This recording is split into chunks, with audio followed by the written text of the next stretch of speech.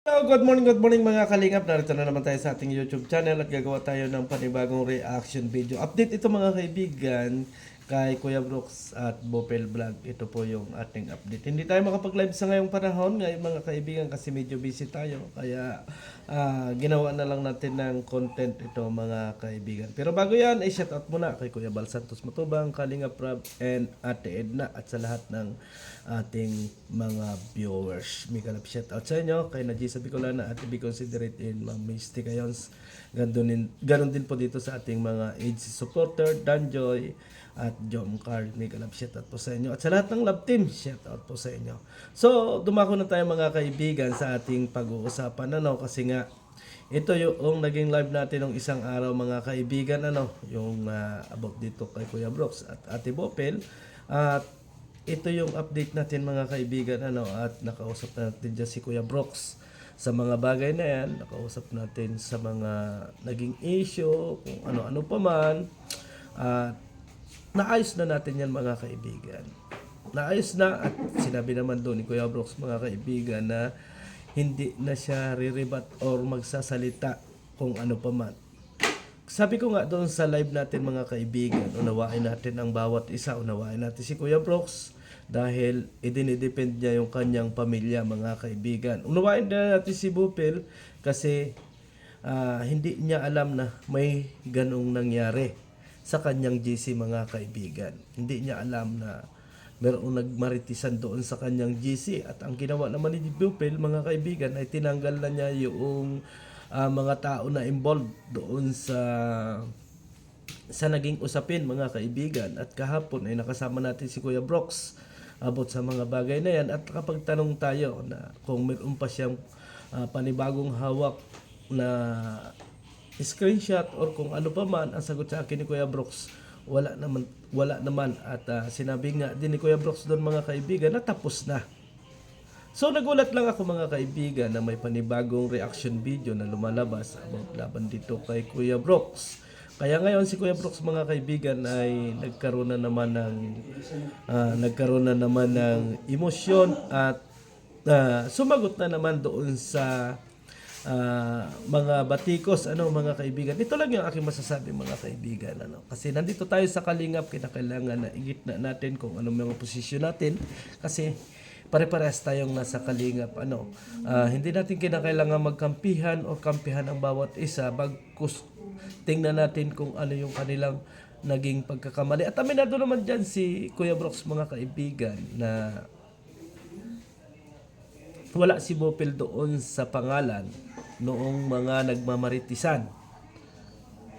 At aminado rin naman si Bopel na responsibilidad talaga niya yung nasa GC at kung ano pa man yung pag-uusapan doon ay magiging damage para sa kanya. So malinaw mga kaibigan na nadala lang sa init ng ulo ang bawat isa sa kanila. Ngayon mga kaibigan, kung gagatungan natin ang gagatungan at gakampi tayo kay Bupil or gakampi tayo kay Kuya Brooks, ano ang mangyayari sa ating community? Away dito, away doon. Kaya nga nandito tayo mga kaibigan, inaano natin, tinitimbang-timbang natin kung ano yung dapat natin gawin para magkasundo. At isang araw nga mga kaibigan ay nag-promise na si Kuya Brooks na hindi nasasagot or makikipag-rebat dito kay Bopel Vlog. So,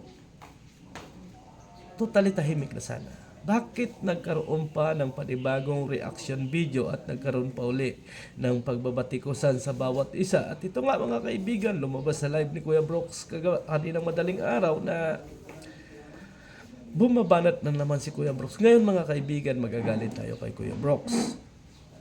Hindi ako sa kumakapi kay Kuya Brooks. Magagalit tayo kay Kuya Brooks. Kasi nga, nagsalita si Kuya Brooks ng hindi maganda. Kasi sabihin natin anti-kalingap o kung ano pa man, as in masakit sa panindinig ng kahit na sino sa atin na nasa Kalingap mga kaibigan, yung part na yon. Pero ang tanong mga kaibigan ay dapat pa bang gawaan ng mga reaction video kung ganong nag-promise na sila sa bawat isa? Or hindi man nag-promise sila sa bawat isa, as in nagkaunawaan na sila. At aminado si Kuya Brooks na hindi na siya uupak. Nadala rin siya ng init ng ulo. Kaya nga sabi ko doon sa aking content mga kaibigan, na unawain natin ang bawat isa sa kanila. Sabi ko nga kay Kuya Brooks, mga kaibigan, kung ang tinira mo ay ang dalawang taong nagmamaritisan, as in maganda yan.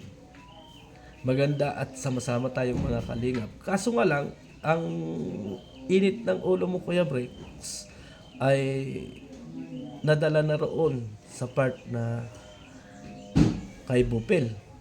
Sabi ko, ando na ako. Nandun na ako mga kaibigan. Kasi kailangan mong i-depend. Kaya sabi ko nga sa inyo, dapat unawain natin ang bawat isa. Kasi kung magkakampihan tayo, anong mangyayari sa atin? Wala. Diba? Kaya ito lang yung advice ko sa lahat mga kaibigan, mga kalingap. Kapag dalawang kalingap mga kaibigan ang nagbabanggaan, sa halip na tayo ay kumampi doon sa ating iniidolo or doon sa tao na ating kilala, mas mabuti mga kaibigan na gumit na tayo at alamin natin kung ano yung naging simula at kung ano ba talaga yung pangyayari at linawin natin kung sino ba talaga ang nagkamali. At kung kaya naman, katulad dito mga kaibigan, as in okay na ito. Okay na to mga kaibigan. Ngayon, alam ko marami na naman ang sasagot or magko-content kay Kuya Brooks dahil sa kanyang live streaming. Pero ang sa akin lang mga kaibigan, super late na kasi yung naging reaction video kay Kuya Brooks. At sana ay tinapos na nung isang araw, mga kaibigan, kasi hinto na si Kuya Brooks. Nag-live na siya ng good vibes. At ayaw na nga niyang umano kay Bupil kasi alam naman ni Kuya Brooks kung ano lang yung kasalanan ni Bupil. Kaya sabi ko nga, kayang-kayang hilutin kasi hindi ganun kalalim yung kanilang naging away at wala talaga silang personal na away. Kaya kayang-kaya natin ito, mga kaibigan. Kasi ganito yan. Kapag ikaw kasi ay namumuno sa isang GC or isang komunidad, mga kaibigan, kapag nagkamali, yung iyong mga kasama o yung iyong mga tao sa iyo, papasok yan. Bakit? Kasi ikaw ang kilala. Ikaw ang kilalang team leader. Halimbawa ako mga kaibigan, meron akong GC. Itong GC na ito mga kaibigan ay alam ng lahat na GC ko. Ako ang nag-create. Ako ang pinakang leader. Ngayon mga kaibigan, may lumabas dyan na maritisan or pambabati ko sa kalingap. Ako po yung puputukan kasi ako yung kilala. Yun po ang nangyari kay Bupil Vlog. Kaya naman ang ginawa ni Bupil Vlog mga kaibigan, ipinagtanggol niya sa kanyang sarili at nakapagsabi din siya ng laban kay Kuya Brooks. At doon sa pangyayaring yun mga kaibigan, napagtanto nilang dalawa na hindi na healthy yung kanilang pag-aaway. Kaya nahinto na mga kaibigan. Nahinto na po yan. Kasi mismong personal nating nakausap si Kuya Brooks, ayaw na niya makipag-rebat. Kasi alam niya na commanding responsibility lang yung kasalanan doon ni Bupil Vlog, mga kaibigan. So hindi rin naman natin maasisisi si Bupil na bakit hindi niya nabantayan yung GC na yun. Hindi naman tayo 24 hours nagising, mga kaibigan. Kaya sabi ko nga, unawain natin ang bawat isa. Huwag nating kampihan ang kahit na sino sa kanila. Kasi nandito tayo sa kalingap. Eh ngayon, kung tayo magkakampihan, reactor to reactor, kalingap to kalingap, ano ang mangyayari mga kaibigan? Diba? Kaya ako mga kaibigan, doon lang ako sa part na nasa gitna tayo. Doon lang sa part na maayos natin yung gusto. Kasi hindi naman talaga sana ako papasok dyan. Kaso nga lang nakita ko na may pwede akong pasukin at ayusin.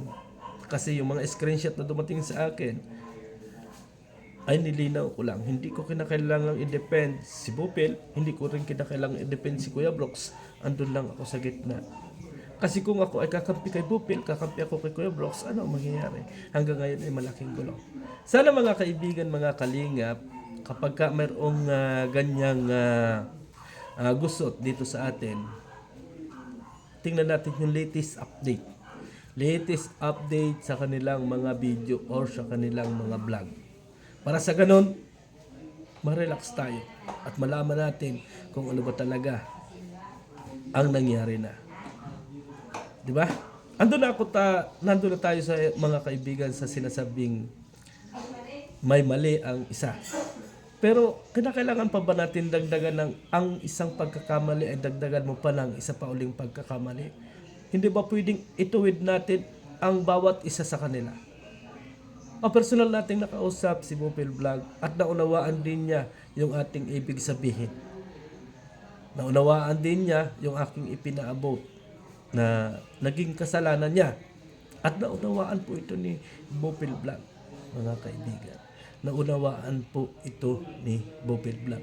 Kaya nga sabi ko sa kanya, ikaw ay mag-ingat kasi nga nasa iyo yung mainit yung ano sa iyo ngayon.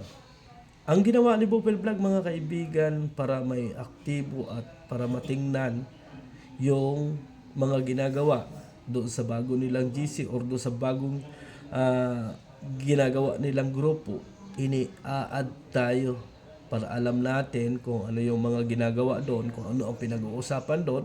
So, maganda yung ginawa ni Bopel Vlog na isinama ako.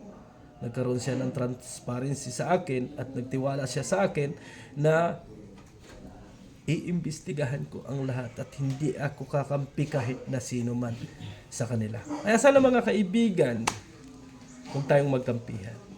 Bagkus hilutin natin sila para sila ay magkasundo-sundo at magkayos. Sana mga kaibigan, doon sa live ni Kuya Brooks kaninang umaga ay maunawaan din natin yung part ni Kuya Brooks. Kasi para sa akin, end na ang usaping yan. Huwag na po natin dugtungan at huwag na po natin sanang pahabain. Kasi madali lang naman pong kausapin si Kuya Brooks at madali rin naman pong kausapin si Bopel Vlog. So maraming salamat and God bless sa ating lahat. Bye-bye and thank you very much.